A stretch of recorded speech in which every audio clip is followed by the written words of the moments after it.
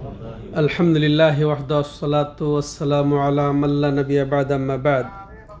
সম্মানিত দূরের ও কাছের দর্শক ও শ্রোতামণ্ডলী, আল্লাহ রাব্বুল আলামিনের অশেষ মেহেরবানিতে আমরা আজকে রিয়াদস্থ বাথা ইসলামিক সেন্টার কর্তৃক আয়োজিত আমাদের ধারাবাহিক ক্লাস কিতাবুত তাওহীদের 32তম পর্ব শুরু করতে যাচ্ছি। আজ 1446 হিজরির দোসরা জামাদুল উলা রোজ সোমবার এই তাবুতে। তো আজকে যে গুরুত্বপূর্ণ অধ্যায় এখানে লেখক রাহিমাহুল্লাহ সংকলন করেছেন তা ভয় সম্পর্কিত। ইতিপূর্বের অধ্যায়ে আমরা মহাব্বত সম্পর্কে জেনেছি যে মহাব্বত একটি ইবাদত, মৌলিক ইবাদতের অন্যতম একটি ইবাদত হচ্ছে মহাব্বত। তেমনি ঠিক ভয়ও একটা অন্যতম মৌলিক ইবাদত। তো এই অধ্যায়ের মূল উদ্দেশ্যই হচ্ছে তাওহীদকে সুসাব্যস্ত করা, এই ভয় ইখলাসের সাথে আল্লাহকেই করা। যে ভয়ের মধ্যে থাকবে বিনয়, চরম বিনয় এবং একান্ত দাসত্ববোধ, সম্মানবোধ, তো সেটা আল্লাহর একমাত্রই হক। গায়রুল্লাহর এখানে কোনো অংশ নেই। গায়রুল্লাহকে দেওয়া এটা শিরিক। তো যার কারণে লেখক রাহিমাহুল্লাহ এখানে স্থাপন করেছেন এই ভয়ের ক্ষেত্রে তাওহীদ সাব্যস্ত করার জন্য। ভয়, যে ভয় তো বললাম যে ভয়ের মধ্যে থাকবে চরম বিনয়, দাসত্ববোধ সহ এবং সম্মানবোধ নিয়ে, যে ভয়টা প্রয়োজন আল্লাহর জন্যে সেটা তার জন্যে নিবেদন করাটা হচ্ছে তাওহীদ, একান্তই তার হক। আর এটা গায়রুল্লাহকে দেওয়াটা হবে শিরিক। তো এটা হচ্ছে সামঞ্জস্য এই অধ্যায়ের সাথে এই লেখকের, তিনি যে কারণে এটা করেছেন। এখন এই ইতিপূর্বে মহাব্বতের অধ্যায় ছিল, মহাব্বত আর খাউফ। মহাব্বত ওটাও মৌলিক ইবাদতসমূহের অন্যতম, তবে মহাব্বত আরও গভীর, মহাব্বতের ব্যাপকতা আরও বেশি। মহাব্বত দুনিয়া এবং আখেরাত উভয়টিতেই মাশাআল্লাহ বিরাজমান থাকবে, কিন্তু ভয় এই মৃত্যু পর্যন্তই। এরপরে মাশাআল্লাহ মুমিনদের জন্য পরকালে আর কোনো ভয় নাই, তবে ভয়ের প্রয়োজন আছে দুনিয়াতেই। ভয় তাকে কি করবে? তাকে আমলের দিকে ধাবিত করবে, আমলের দিকে তেড়ে নিয়ে যাবে। আল্লাহর ভয়, পরকালের আযাবের ভয়, শাস্তির ভয় তাকে কি করবে? ইবাদতে উৎসাহিত করবে। কিন্তু পরকালে তো আর এটা নেই। কিন্তু মহাব্বত এই দুনিয়াতেও লাগবে আল্লাহর মহাব্বত, পরকালেও আরও লাগবে, পরকালেও আল্লাহর মহাব্বত থাকবে, আরও বেড়ে যাবে। ঠিক আছে, এইটা হচ্ছে মূল পয়েন্ট, যে পার্থক্য মহাব্বত আর এটা। আর মহাব্বতটা আসলে ইবাদতের বলা যায় উদ্দেশ্য। মহাব্বতটা একেবারে মৌলিক, এটা মাকসুদ লেজাতি, স্বয়ং মহাব্বতটা উদ্দেশ্য হয় ইবাদতের মধ্যে। আর ভয়টা এটা উদ্দিষ্টর জন্য সহযোগী। ভয়টা উদ্দিষ্টর জন্য সহযোগী, অর্থাৎ আল্লাহর ইবাদতের, মৌলিক ইবাদতের মহাব্বতের সহযোগী। আমি ভয় করলে আমি ব্যবস্থা নেব, এটা ব্যবস্থা, এটা সংশ্লিষ্ট বিষয় বলতে পারি মহাব্বতটা এদিক দিয়ে। তো বলছিলাম, তাহলে আমরা এতে যাই। আর একটা জিনিস এখানে, ইবাদত যে আমরা করি, ইবাদতের মধ্যে আমাদের থাকতে হবে এই যে মহাব্বত, তার মধ্যে এই ভয়, আর একটা গুণ থাকবে, সেটা হচ্ছে কি? রাজা বা আকাঙ্ক্ষা, আশাটাও থাকতে হবে। তাহলে একটা ইবাদতে কি লাগবে? মহাব্বত লাগবে, আর এটা হচ্ছে আসল। তার সাথে সাথে মহাব্বতের সাথে সাথে কি লাগবে? ভয় এবং আশা, আকাঙ্ক্ষা। তো তিনটাই লাগবে। তাহলে মহাব্বতটা মৌলিক। যেমন এটা ওলামায়ে কেরাম দৃষ্টান্ত দিয়েছেন যে একটা পাখির হচ্ছে মূল যে কি বলবেন মাথা, হ্যাঁ মাথা, আর দুই পাখা। মহব্বতটা হচ্ছে মাথা, আর আশা এবং ভয় হচ্ছে দুইটা পাখা। আশায় মানুষকে কি করে উড়ায় নিয়ে যায়, এই পাবো, এই করব, ফজিলত, এই সেই, তাই না? আশা ভালো করতে পারে মানুষ, মন্দ করতে পারে। এই আশায় সে অনেক কিছু করে ফেলতে পারে, উড়াল দিতে পারে, তাই না? এই আশা নিয়ে। আর ওখানে ভয় কি করবে, তাকে কন্ট্রোল করবে। তাহলে আশাটা হচ্ছে কি, আশাটা হচ্ছে ড্রাইভার, আশা চালিকা শক্তি, মনের চালিকা শক্তি। আর মনে কর মন, হার্ট হচ্ছে ওই তো মহাব্বত হচ্ছে হার্টের চালিকা শক্তিকে আশা। ওই আশার কারণে ওই মন, এই শক্তি এটা ধাবিত হয়, চলমান দেয়, উড়াল দেয়। কিন্তু এটাকে আবার করে কে, পিছন থেকে ধাক্কায় কে? ভয়। পিছন থেকে ধাক্কাবে কে? ভয়। এই তুমি যা খুশি তাই করো না, যা খুশি তাই আশা করো না, হ্যাঁ ভালো করে করো, ভালো করো। এটা পিছন থেকে আবার কন্ট্রোল করে ভয়। তাহলে তিনটার সমন্বয়ে হচ্ছে ইবাদত। হ্যাঁ, তো সম্মানিত দর্শক ও শ্রোতা মণ্ডলী, আসেন লেখক রাহিমাহুল্লাহ বিষয়টা কি সুন্দরভাবে সাজিয়েছেন, এখন সেদিকে আমরা যাই। তবে হ্যাঁ, আরেকটা জিনিস এখানে আলোচ্য বিষয়ের সাথে সম্পৃক্ত হতে পারে। আরবিতে বহু শব্দ আছে যেটা কাছাকাছি অর্থ। এই যে কোরআনে হাদিসে যেগুলো বর্ণনা হয়েছে এই মর্মে, যেমন আল খাউফ, আল খাসিয়া, আর রাহবা, তারপরে আল ওয়াজাল, এগুলা সব এসেছে এই আমরা এক কথায় বলি ভয়, তাই না? কিন্তু এগুলা কি বলবো, একই অর্থ নয়, সেম অর্থ নয়, কাছাকাছি বলতে পারি। কাছাকাছি যে ভয়ের মধ্যে থাকবে দাসত্ব, ভয়ের মধ্যে থাকবে বিনয় নম্রতা, হ্যাঁ ভয়ের মধ্যে থাকবে সম্মানবোধ, এটা মৌলিক বা আম। এর সাথে আরও শব্দ আছে খাসিয়া, এটা ইলম সহ। খাসিয়া বলা হয় ভয়টা আপনি জেনে বুঝে ভয় করবেন, এমনি ভয় করলে তার হবে না, জেনে বুঝে যেটা, সেটা ইন্নামা ইয়াখশাল্লাহা মিন ইবাদিহিল উলামা, যে নিশ্চয় যারা আলেম তারাই আল্লাহকে প্রকৃত ভয় করতে পারে, সে জানে। তারপরে এর আবার কাছাকাছি শব্দ আছে কি বললাম, এই যে আর রাহবা, হ্যাঁ যে আল্লাহকে তোমরা ফারহাবুন ওয়াইয়া ফারহাবুন, আমাকেই তোমরা ভয় করো। এখানে ফারহাবুনের অর্থ হচ্ছে কি, যে একেবারে আল্লাহকে জেনে বুঝে, এর ডিগ্রি আরও বেশি, আরও বেশি, যে আমাকেই তোমরা একেবারে এমন ভয় যে কম্পন উঠে যায়, সেই ভয়, সেটা বোঝানো হয়েছে যে আল্লাহর কথা শুনলে আমাদের কম্পন যেত। তারপরে ওয়াজেলা শব্দ এসেছে, ওয়াজেলাত কুলুবুহুম। তো অজেলার অর্থ কি, এটাও কম্পন আসা। হ্যাঁ, এটা আর এই যে ফারহাবনের অর্থ, হ্যাঁ এটা কি, যে সম্মান সহ আল্লাহকে ভয় করা, সম্মান সহ। আর ওয়াজেলার অর্থ হচ্ছে কি, যে কেঁপে ভয় করা, হ্যাঁ কাঁপন এসে যায়, আল্লাহর আযাব গজবের কথা শুনলে আতঙ্ক সৃষ্টি হয়ে যায়, কেঁপে উঠে। তাহলে এইগুলা দেখেন কাছাকাছি, কিন্তু আবার প্রত্যেকটা আলাদা আলাদাই অর্থ।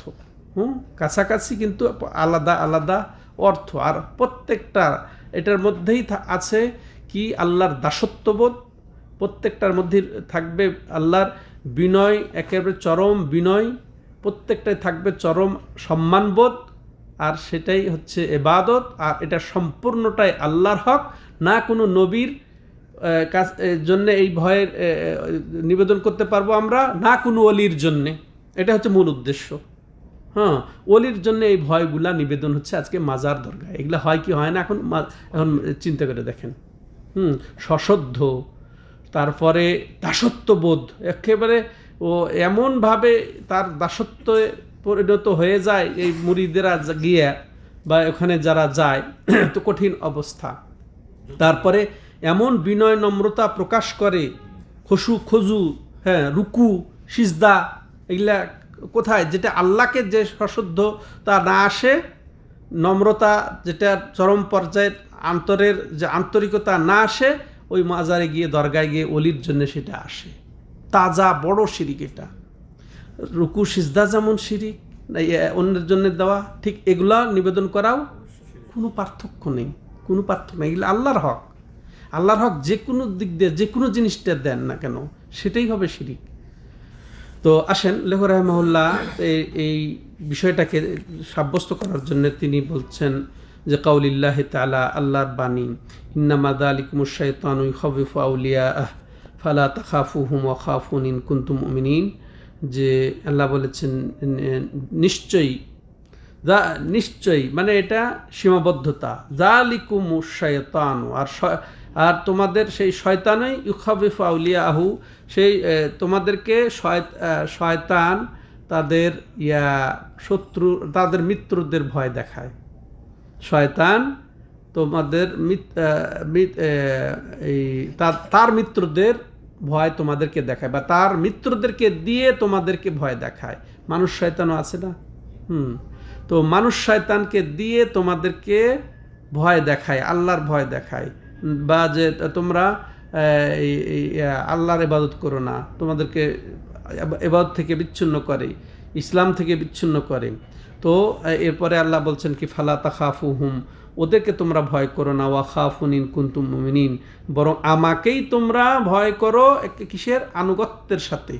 আমাকেই তোমরা আমার আদেশ নিষেধগুলা পালন করে তোমরা আমাকেই ভয় করো, এটা বলছেন। তো শয়তান তার বন্ধুদেরকে দিয়ে, তার অলিদেরকে দিয়ে, তার দোসরদেরকে দিয়ে, তার সাঙ্গপাঙ্গকে দিয়ে মানুষকে ভয় দেখায়। হ্যাঁ, তো আল্লাহ বলছেন ভয় দিয়ে যে তোমরা খবরদার তাদেরকে ভয় করো না, শয়তানকে ভয় করো না, শয়তানের দোসরদেরকে ভয় করো না, বরং খাফুনি, আমাকেই তোমরা ভয় করো। এখানে এটাই হচ্ছে উদ্দেশ্য এই অধ্যায়, খাফুনি। এখানে আসলে খাফুনি মানে আমাকেই ভয় করো, আর ওদেরকে ভয় করো না। ইয়াকা না'বুদু, তোমারই ইবাদত করি বলি না আমরা? হ্যাঁ, তো ঠিক যে আল্লাহকেই, ইয়াকা নাস্তাইন, তোমারই সাহায্য চাই, ঠিক এখানে আল্লাহ স্বয়ং নির্দেশ দিচ্ছেন আমাকেই ভয় করো যদি তোমরা মুমিন হয়ে থাকো। আর যদি মুমিন না হয়ে থাকো তাহলে যাকে খুশি তাকে ভয় করো। এর অর্থ এটাই। মজারে দিয়ে গিয়ে অলিকে ভয় করো, সাহিত্য ব্যক্তিকে। গায়েবে আছে পিশাব, ওই গায়েবের পিশাবকে ভয় করো, যে তোমার ইমানকে লুটে নিবে, বা তোমাকে আজাব দিবে, তোমাকে গজব দিবে, তোমাকে শাস্তি দিবে। এই জন্য কেউ যদি 5 ওয়াক্ত সালাতও আদায় করে, তাহাজ্জুদও না কাজা করে, কার ভয়ে? ওই অলির ভয়ে। বড় একেবারে কাফের, বড় মুশরিক। কারণ কাকে ভয় করছে সে? আল্লাহর স্থানে অন্যকে ভয় করছে। তাইলে এই যে আমাকেই ভয় কর যদি মুমিন হয়ে থাকো। তাহলে আমরা স্পষ্ট বুঝলাম, এখান থেকে আমরা যেটা বুঝলাম যে লেখক রাহিমাহুল্লাহ এই আয়াতের মাধ্যমে যেটা সাব্যস্ত করছেন যে যে আমরা যেন ওই কাফের মুশরিক ওদের ভয়ে, ওরা হচ্ছে শয়তানের বন্ধু, শয়তানের দোসর। তো এদের শয়তান চায় যে ওদের ভয়ে আমরা যেন লড়াই না করি, ওদের বিরুদ্ধে। ওদের ভয় দেখায় শয়তান, ওদের ভয় দেখায়। বরং এখানে আল্লাহ রাব্বুল আলামিন বলছেন না, ওরা কিছুই করতে পারবে না। সব কার হাতে? আল্লাহর হাতে, তাই না? লাভ ক্ষতি কার হাতে? আল্লাহর হাতে। তো তোমাদের কিচ্ছুই করতে পারবে না, বরং তোমরা করো, এবং তোমরা যেন তাদেরকে সৎ কাজের আদেশ না দাও, তাদেরকে নিষেধ না করো খারাপ থেকে। এই জন্য শয়তান তোমাদেরকে ভয় দেখায়, কিন্তু তোমরা ভয় পাবে না, বরং আল্লাহকেই ভয় করো।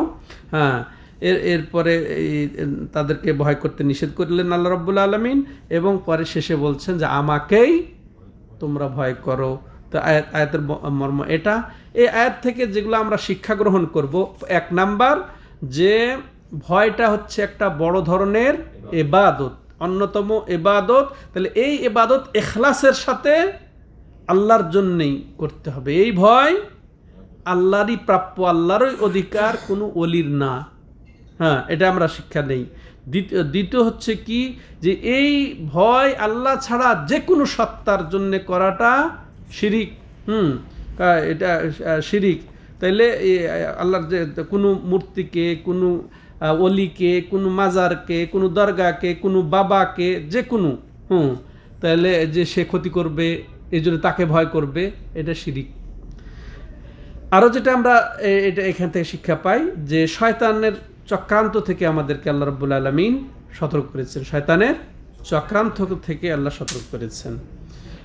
তাইলে এই আয়াত থেকে আমরা এই শিক্ষা পেলাম। এবার দ্বিতীয় দলিল লেখক রাহিমাহুল্লাহ এখানে বলছেন, অমিনান নাসি মান ইয়াকুলু আমান্না বিল্লাহ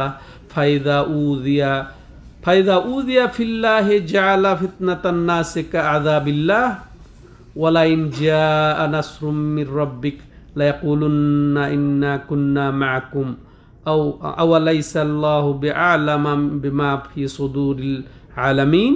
সূরা আনকাবুতের 10 নম্বর আয়াত লেখক রাহিমাহুল্লাহ এই দলিলে যে ভয় একমাত্র আল্লাহকেই যে করতে হবে, এটা দলিল হিসেবে তিনি আয়াত পেশ করে পড়ছেন, যেখানে আল্লাহ বলছেন অমিনান নাস, মানুষের মধ্যে কিছু এমন আছে যারা বলে আমান্না বিল্লাহ, আমরা আল্লাহর প্রতি ঈমান আনলাম। এটা মুখে বলে, তারা প্রকৃত নয়, মুখে বলে। ফাইদা উযিয়া ফিল্লাহ, এদেরকেই আবার যখন আল্লাহর জন্যে, ইসলামের জন্যে, আমলের জন্যে যখন শাস্তি দেওয়া হয়, ওই কাফেররা শাস্তি দেয়, জাআলা ফিতনাতান লিন্নাসি কাআযাবিল্লাহ, তখন ওই যে তাদের ওই যে শাস্তিটা, তার জন্যে এটা কি হয়ে যায়, ভয়ের কারণ হয়ে যায়, আযাব হয়ে যায়, আল্লাহর আযাবের মতো।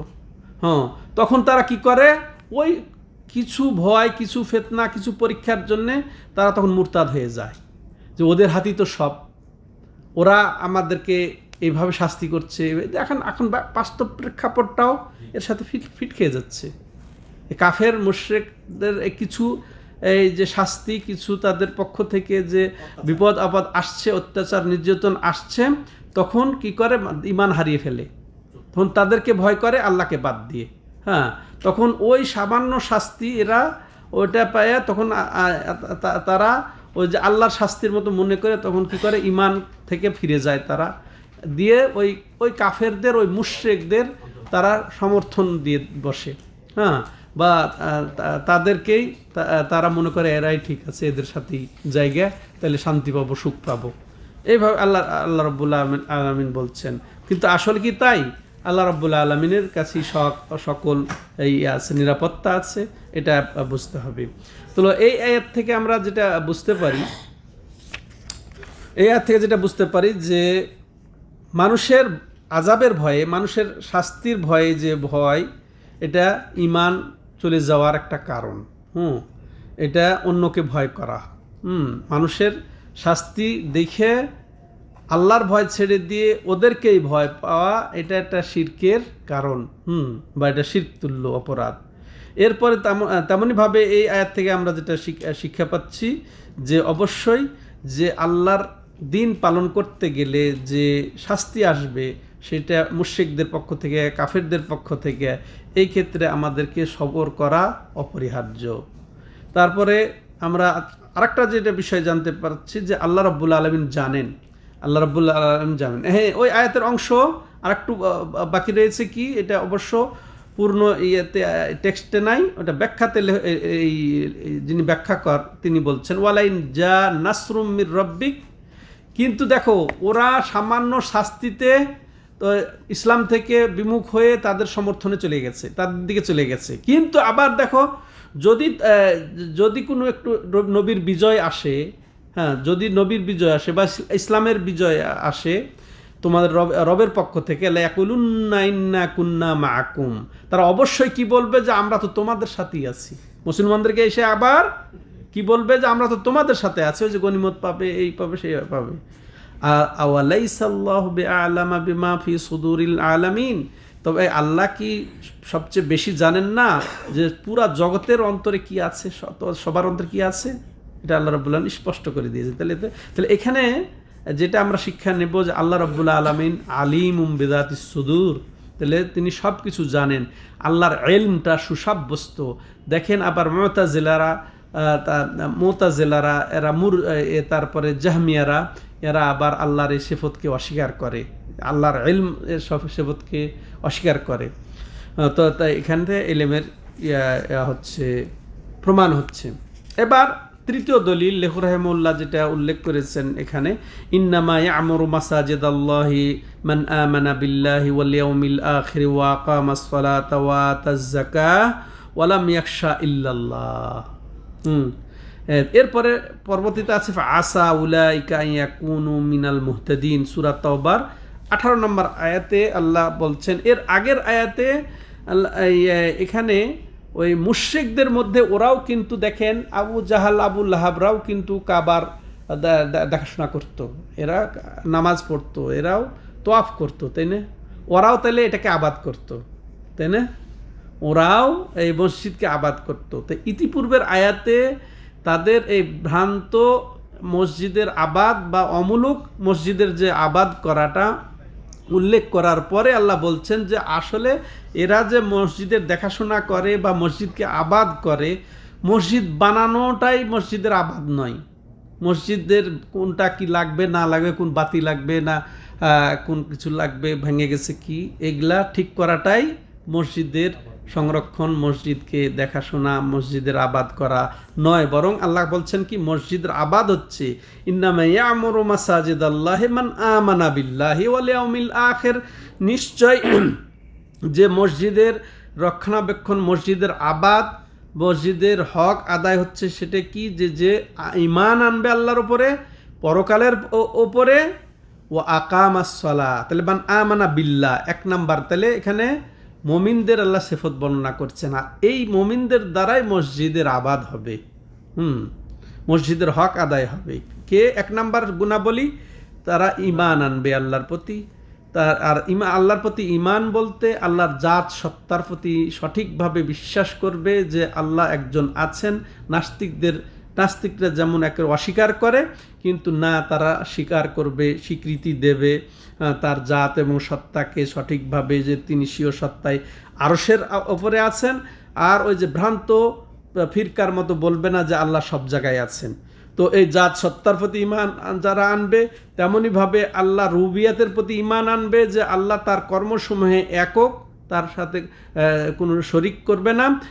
তৃতীয়ত তিনি যেহেতু তার কর্মসমূহে তিনি একক স্রষ্টা, তিনি একক রব, তিনি একক মালিক, অতএব তিনি একমাত্র আমাদের সবার ইবাদতের হকদার, প্রকৃত হকদার। এটা যে এটার প্রতিও যে ঈমান আনবে। চতুর্থত যে আল্লাহর নাম এবং গুণ কোরআনে হাদিসে যেগুলা এসেছে ওগুলাকে কোনো রকমের অবব্যাখ্যা, কোনো রকমের সৃষ্টির সাথে সাদৃশ্য তুলনা পোষণ না করে, বিকৃত না করে, সেইভাবেই যারা বুঝবে এবং মানবে, এই তাদেরকেই বলছেন, তাদের কথাই বলছেন যে ওরাই তারা যারা ঈমান আনবে। ঈমান হচ্ছে এই চারটা বিষয়ের বাস্তবায়নের নাম হচ্ছে ঈমান আনা বা ঈমান বাস্তবায়ন করা। এবং কি ওয়াল ইয়াউমিল আখির, এবং তারা আরও ঈমান আনে কিসের উপরে? আল্লাহর উপরে ঈমান আনে এবং পরকালের প্রতি বিশ্বাস করে।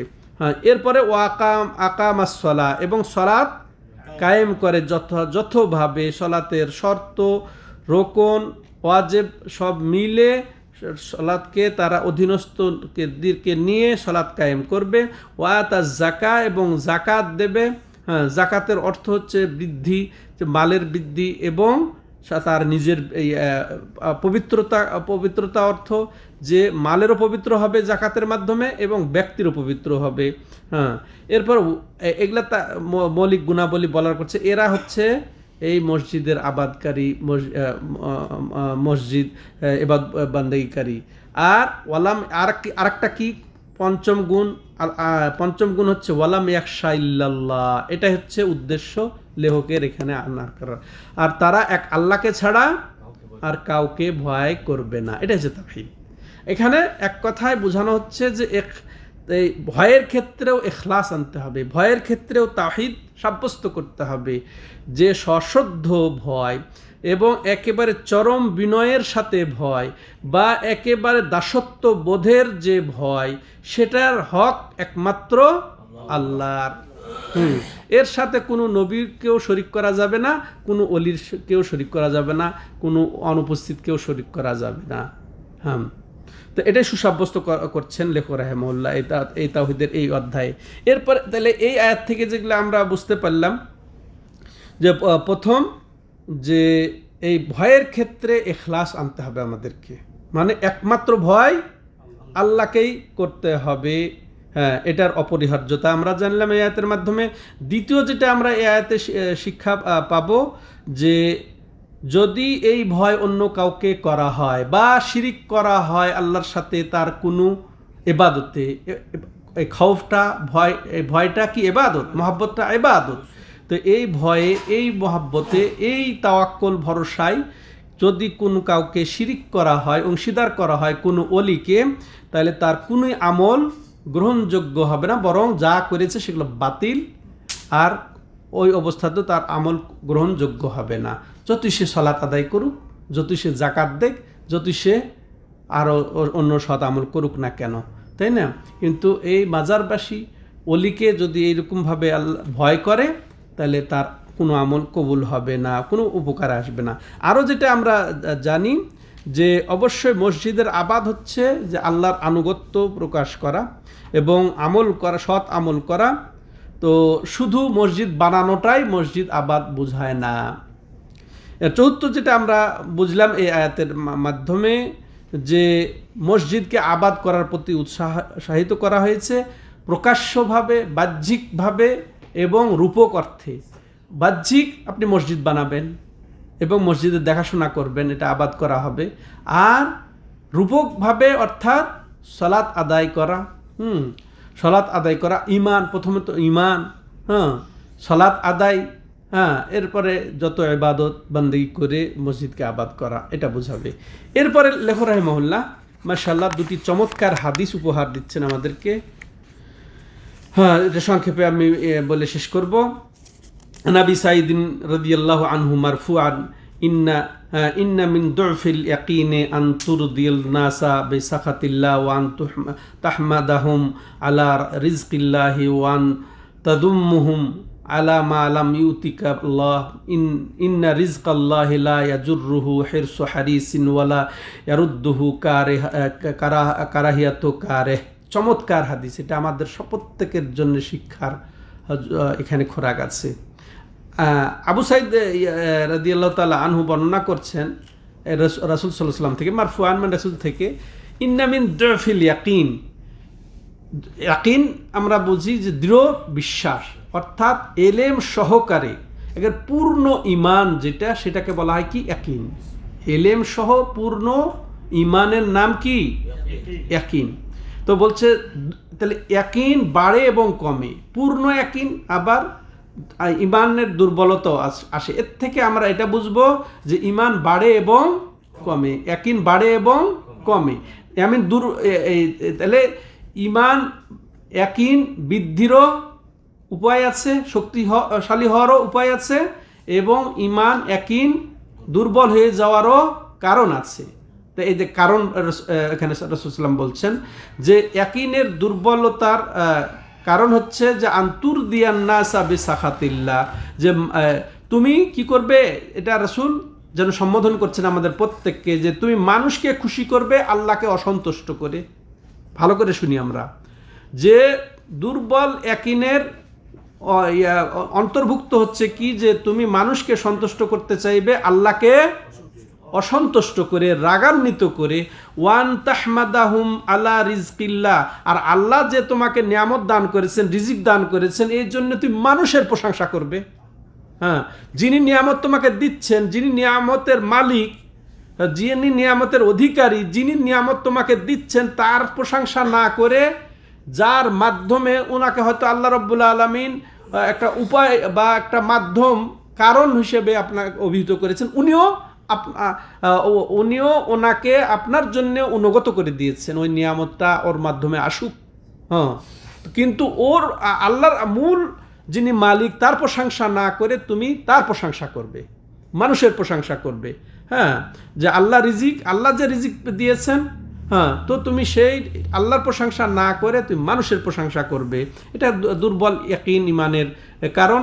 ওয়ান তাদুম্মাহুম আলা মা লাম ইউতিকাল্লাহ, এবং তুমি কারো কাছে পেতে, হ্যাঁ, কিন্তু সে তোমাকে দিল না, তখন তুমি তার প্রতি রাগান্বিত হবে এবং তাকে তুমি ভালো মন্দ বলবে।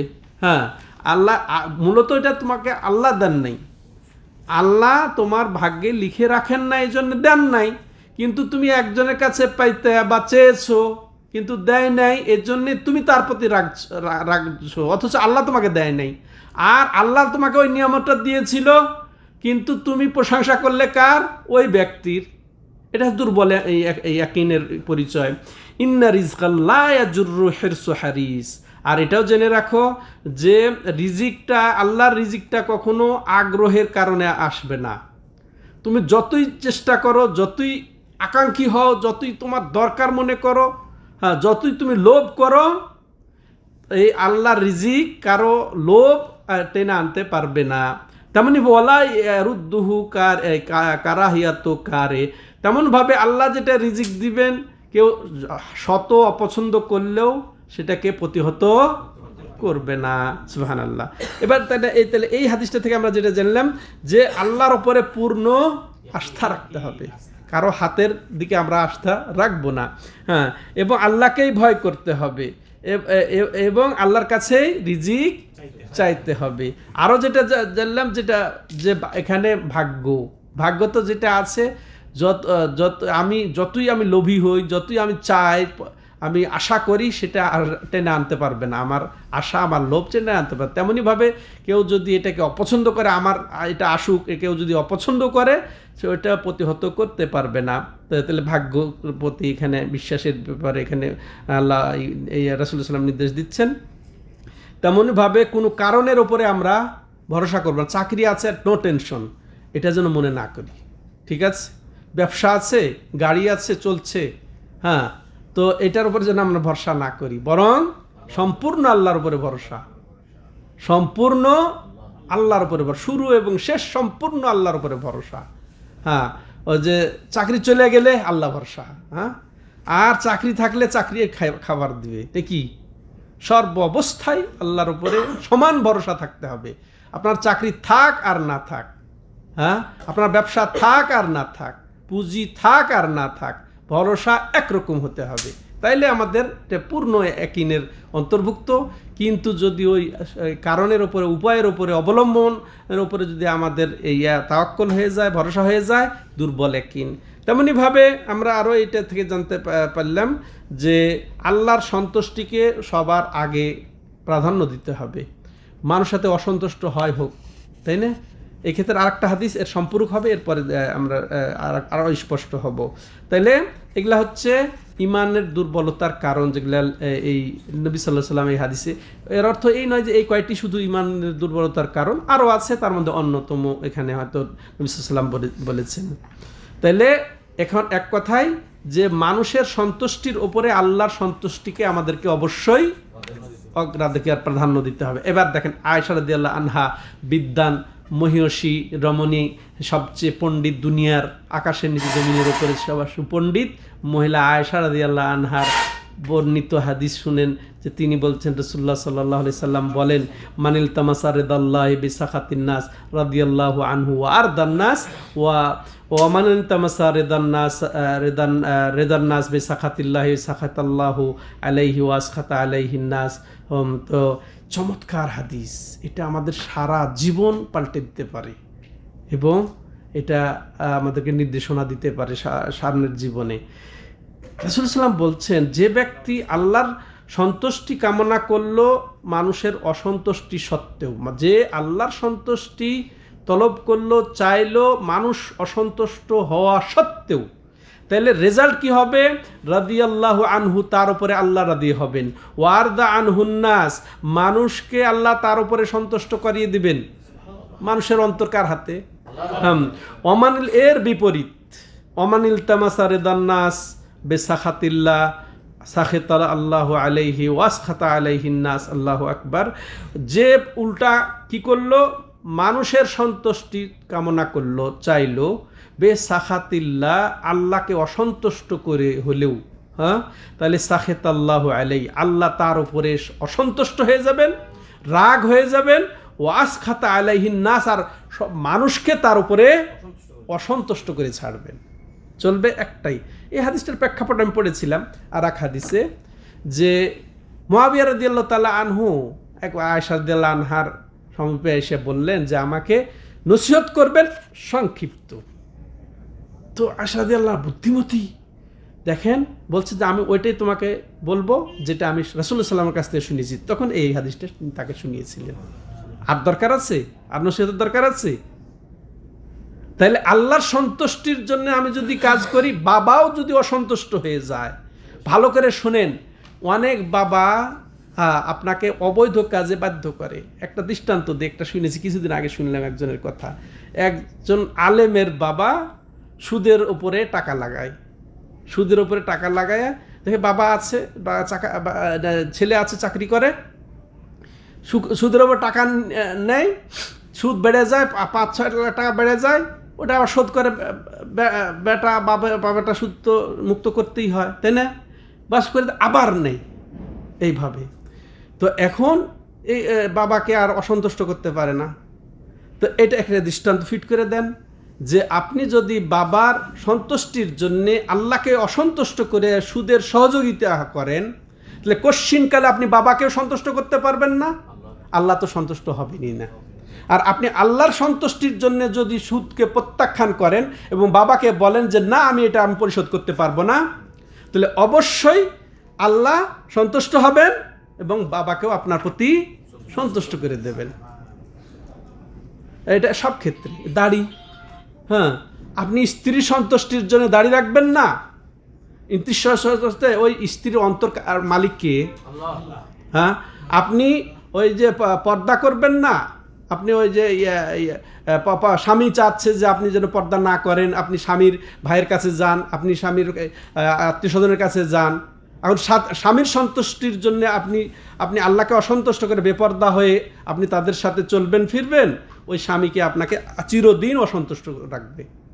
ঠিক আছে? তো আমরা যে হাদিস থেকে সংক্ষেপে যেটা জানি, তাহলে আল্লাহকেই ভয় করতে হবে, আল্লাহকেই ভয় করতে হবে এবং সকল ভয়ের ঊর্ধ্বে আল্লাহর ভয়কে রাখতে হবে।